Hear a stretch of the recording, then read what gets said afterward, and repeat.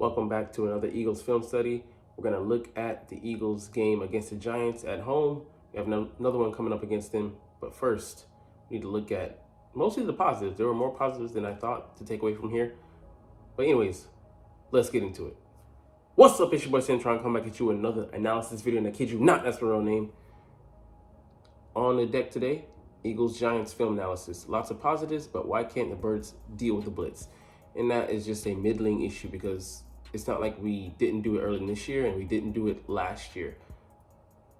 Just hubris and ego, in my opinion. But anyways, let's get into the meat of the issue. The Eagles won. Hey, that's just means to celebrate. I don't care that it was against a lowly opponent.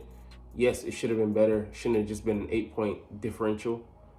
But we had to come out here and get a win after not doing so over the past 3 games that we played previously. So get us back in the win column. Happy for that. Hopefully we can build on that to close out the season and build some sort of momentum going into the playoffs. So the Eagles played well on offense. Yeah. But there are definitely some areas that they need to improve on.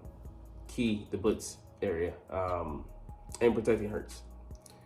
Surprisingly, that was quite an interesting one. This was quite an interesting one to break down. Yeah, I agree. So on offense, yeah, the run game is back, but it's just on a as-needed basis. It's a temp worker. It's just here while they need to, it's there to exploit because the Giants aren't a good run team. Neither are the Cardinals in run defense. But when the going gets tough, they're apt to abandon it like a child at a newborn baby at a fire station. Just being honest. The Eagles committed to the run this week. Keyword, this. And they did exactly what I have been calling for in recent weeks. We saw signs of progress last week, but it now feels like Hurts is healthy in a big part of the run game. So yeah, he does look like he is in better condition. Not saying 100%, but most definitely better than early in the season when he had that knee ailment and he was limping, literally limping to the sideline trying to get out of bounds to avoid the pass rush. But yeah, he makes the run game go. And if he's able to run as he kind of did last year, I'd say, like I said, he's not fully healthy. Give us some semblance of a threat there. It opens up the offense. The Eagles opened the run game. They opened the game with my favorite play, GT counter bash, and they ran about 7 variations of counter in this game. So nice to see that we're getting back to our roots, at least in theory here. Remember when the Eagles just ran inside zone over and over from shotgun, stopped running gap scheme concerts. So yeah, we had the numbers, but Jalen wasn't running, so he became a traditional quarterback, a sitting duck. And that doesn't help us at all. Doesn't give us the numbers advantage. The running game looked like it did last year, which was fantastic to see. So if you want to read about counter, you can check him out, his article here. You can see it goes to Eagles Concepts, Counter, Philadelphia Film Room, NFL Offense Playbook. All right, just look at the play here. So Thibodeau, you'll see him on here, number 5, tries to cheat inside a little bit, and he gets caught because he's playing the run. He's playing the passer, but handed off to Agent Zero Swift there, and he almost gets to the end zone. I forgot if this drive ended on a touchdown or I think it might have ended on a tush push touchdown, but I'm like, damn it. So if you don't get in there, you know that they're not going to give you the ball. So it was nice to see that Jalen could be that effective because they know that he, from last week, he actually is viable. So that changes everything. Am I dreaming a play action pass from under 12 personnel? So from under center, yes, there was a pass. An intermediate route to Goddard. Yeah, crazy. Where has it been? Maybe I'm old school, but I'm such a fan of play action from under center. Yeah, I believe if we committed more resources to that and by way of time, let's just say made our offense 20% under center, it would make a hell of a difference and a hell of a different approach that defenses would have to, broach us with. They couldn't just plan for the RPO stuff. They had to plan for more traditional things as well. and it opens up things. When you gotta go for like one of those throwback, now it's a throwback play action. I think it really gives linebackers the middle of the defense pause, and they have to adjust accordingly. But they can't just play you straight up or how they thought they would be able to coming into the matchup. So I've been calling for more intermediate throws to Dallas Goedert all season. Hope this is something we start to see more of. Jalen Hurts throws such a great ball on these deep out routes. And yeah, Dallas is definitely great against man coverage. He's an excellent route runner, runs routes like a receiver. He's elite at getting open in the intermediate game on crossers, deep outs, or post corner. So it just tears you up inside when you realize in sync. Turn up my heart. Anyways, that they don't make use of that. So let's look at it here. You can see Goddard on the left side of the formation, sets the guy up perfectly. Even if he can mirror, Dallas Goedert's a step ahead of him, and he's able to, Jalen puts it perfectly into his outstretched arms in the only position where Dallas could be the one to get that pass. So just excellent ball placement, and we'll get into that later. But yeah, I love it when people say he's just a running back that can throw just a smidge. That ball placement, that's elite, and that's from the pocket. He can be an elite pocket passer like he was last year. But, y'all don't want to hear that because y'all not ready for an actual real discussion. So speaking of plays that got me excited, the Eagles' use of choice routes in the game got me excited. So they had Devonta Smith running some, and he was killing it on them. And I think if we use these as blitz beaters as well, let the receivers choose and they can spot adjust. They can see that, they're blitzing someone. Let me just sit down in this area. I can be viable. And that would help out the quarterback so much. Give us an out there, and Jalen will have to take extra hits as well as scramble for his life. But for whatever reason, we're stuck on running the offense as is and stubborn on not making adjustments to assist him in that regard. And I think that's why Jalen gets panicky, because he knows they're blitzing. He knows he's not going to have time, and that just derails everything, because now he's not trusting the plays that you guys designed, built for him, because of your lack of preparation, your lack of putting those escape valves into the route concept. So crazy. They're not easy to run, and Dallas Goedert also run later, but there's counters to it. Cover two trap, but I love this. I mean, this is what is infuriating, what is maddening. They have the thought of mind, the presence of mind to line up the receiver that's running the choice route next to A.J. Brown, which means that they can't run the cover two trap, trying to go to the quarterback into throwing it there, because they're scared. They're terrified of having single coverage on A.J. So they're going to rotate the safeties or have too high, and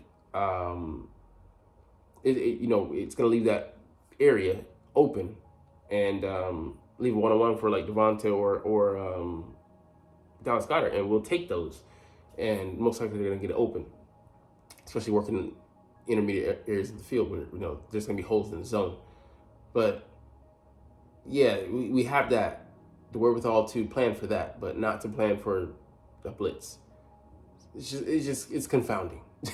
But some defensive coordinator may still go for it. But A.J. Brown being one-on-one, most days you'll take that. So we can see the choice route here. He's next to Brown, and exactly what we said. I mean, you gave him the choice there.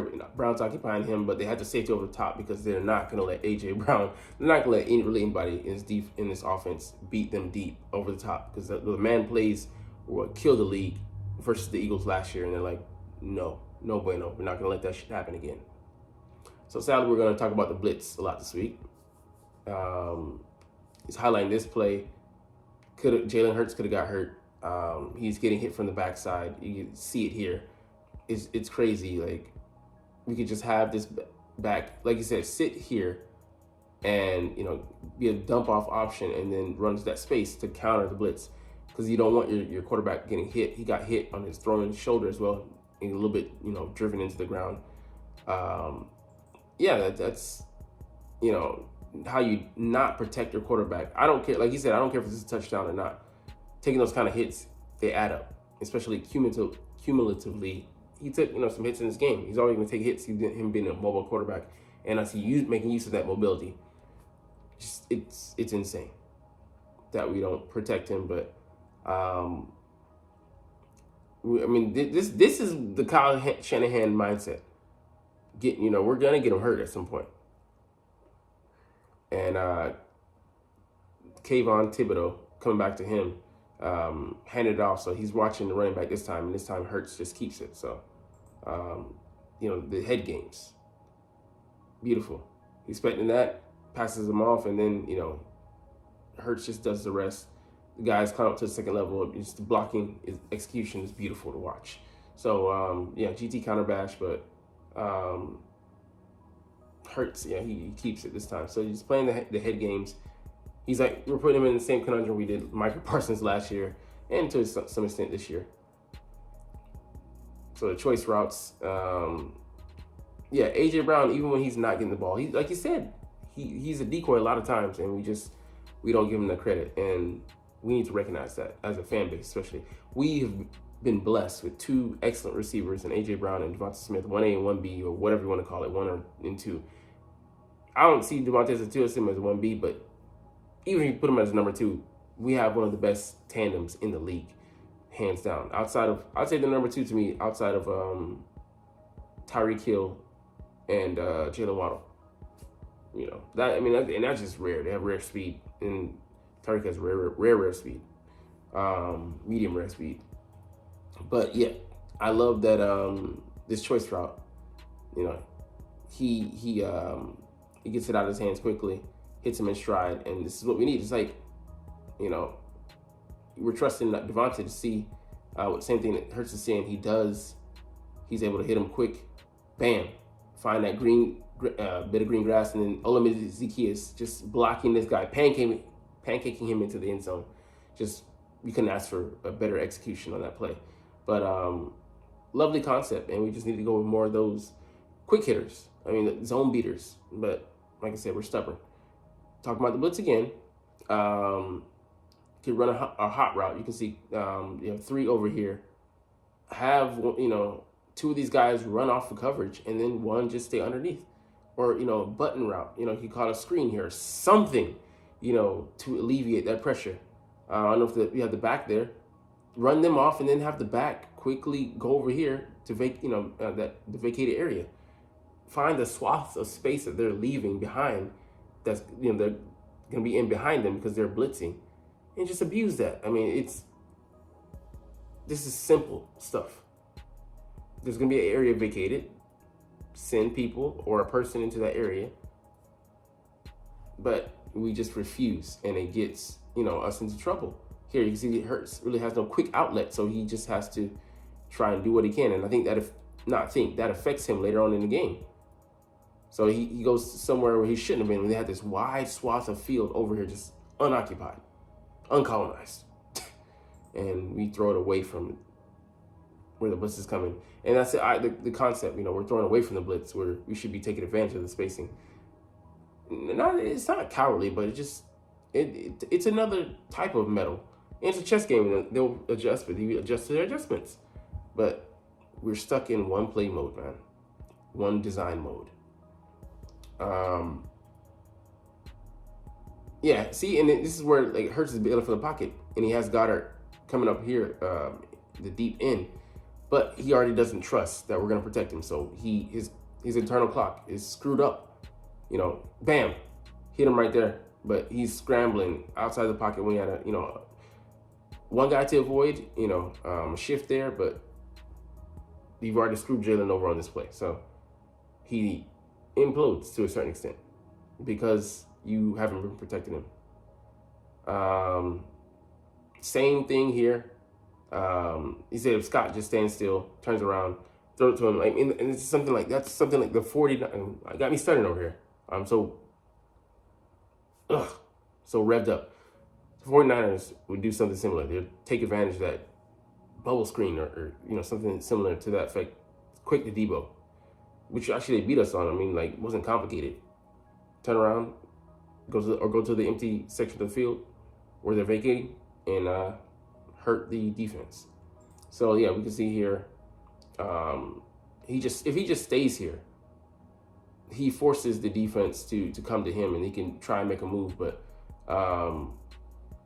you can see that they're bringing pressure, or at least they're simulating. But yeah, it's a quick turnaround, which is a nice route, but it just takes too long to develop, and Hurts gets sacked because there's pressure in his face. If they're bringing too many for us, to block with 5, they have the numbers. They're going to be able to get pressure. Simple as that.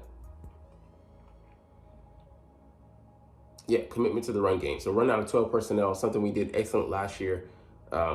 It's forceful football. I'm testing your will as another man. Can you stop? Can you stop me? Can you stop it? You can't? I'm going to keep doing that shit. And we just need to keep this mentality.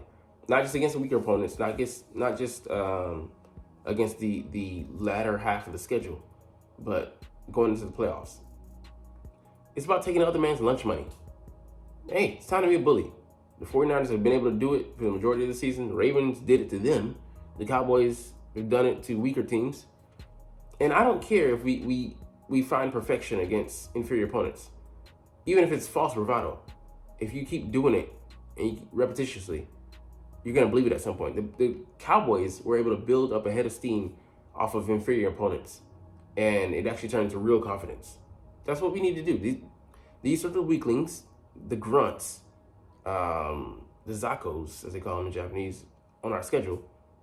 Let's level up on them. That's what they're there for. Like it or not. But yeah, this Cam Jurgens block too. Beautiful. Like, he gets to that second level, gives it off to Swift, and everybody just blocks, beautifully. Double teams, something that we haven't really been implementing that much this year. Bam, they get one there, and it just helps us so much. He pancakes like not once but twice. I think that's Bobby Okereke. Okereke. Yeah, but he wasn't okay. And this one here, this was the throw of the week. One of the throws of the year from Jalen. He steps up, dodges, the guy coming in. It's Dexter Lawrence. And just not off his back foot, off his front foot, drops off a pass that just goes over the 6'3", damn near 6'4", Isaiah Simmons, who runs a 4.3, athletic linebacker, safety, DB tweener. And it's just an excellent pass. Like, just is beautiful. You couldn't have called for a better off scheduled throw. So guy coming in his face, he shifts. This is what a Jalen does when he trusts. He's able to get over there, get it. Like, let's just watch the replay here from the pocket. What Jalen's able to do. So Dexter's coming in, man. He's getting pressure. Yeah, there he is. Definitely dodges, throws, and it gets right over his arm into the waiting arms of A.J. Brown, and just couldn't have been a more beautiful placement and a beautiful off-schedule play. And then the pistol formation, I love this. Running the ball down their throats. They know that you're going to run it. And, you got inside out, good protection. Swift is able to find a good lane. And, this formation helps Swift out. Makes things clear for him. Bam, see hole, hit hole, cut. Uses agility in that phone booth. Yeah, man, for me, he's a top 10 back. He's 12 yards away from having his first 1,000-yard season. We should get him there this week against the Cardinals. And the dude he's been what we needed. For me, he's an improvement over Miles Sanders, even if he doesn't get the numbers this year. More shifty, and we actually use him in the pass game, unlike Miles. I think Miles had the talent to do that, but we just didn't use it for whatever reason. Ending on this play, another play we should have had an outlet for. Just, the culmination of frustration here. I'd had the back go to this empty side of the field. and they're coming, I could just loft it over, bam. All this green grass there, he could have maybe scored a touchdown. But instead, we waste a key opportunity. And, about being explosive. That could have been an explosive play. We're chasing explosives. We can find explosives. We're just trying too hard to manufacture them. So, anyways, a lot of positive to take away. And it's a shame to see, the issues against Blitz. Run some hot routes. Just some easy routes. There's nothing anything complicated. We're making it too difficult. Anyways, let's get into some other stuff before we close out this video. Eagles signed a new wide receiver to the practice squad. So this guy here, coming from LA Tech, what's his name? Griffin Herbert. 6'1", 239, tight end / fullback, receiver. Guy runs a 4.58. 3 catches for 21 yards in the preseason. Signed with Seattle as an undrafted free agent.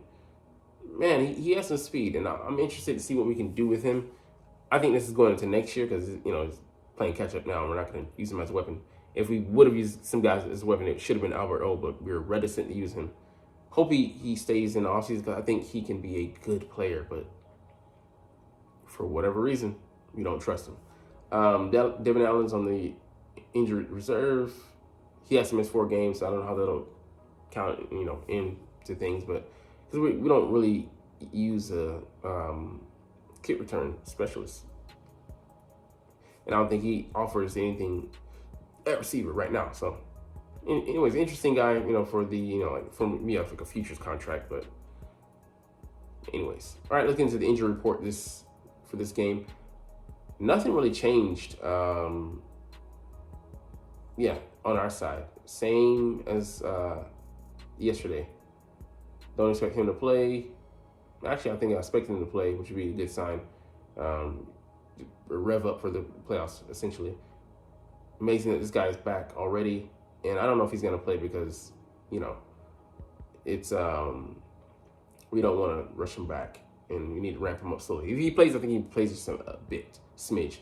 The only thing changed from their side was Zaytoven, being upgraded from DNP to limited, so I think he might be on schedule to play. But all the other guys, we covered them yesterday, and it don't really matter. Kyler Murray, he'll play even if he's sick, but he might be like Jalen, like I said, against Seahawks, impaired. All right, last thing here, something to celebrate, some good news finally. Eric Allen is finally a finalist for the Hall of Fame enshrinement. It's been like 20 years, man, almost 20 years, I think, maybe 18. Really good corner for us. I mean, had some great seasons. So I hope he's able to make the final cut, man. He deserves it. It's hard, when you mix the modern era guys, maybe like your Andre Johnson's, who's maybe on the cusp, but modern guy, he retired maybe within the last 10 years, and a guy like this who's holdover, and then the guys from the early eras, the 40s, 50s, 60s, maybe 20s. It's hard. So I hope he gets it. Anyways, we're gonna get out of here on this note. But hey, I love talking about the Eagles. I love making these videos. Like I said, we're gonna chunk the deuces, but as always, it's fly Eagles fly, and let's motherfucking go. Like, comment, share, and subscribe. Thanks for watching. Check me out at Centron Anime, Centron Life, or Centron Laughs, or other social media.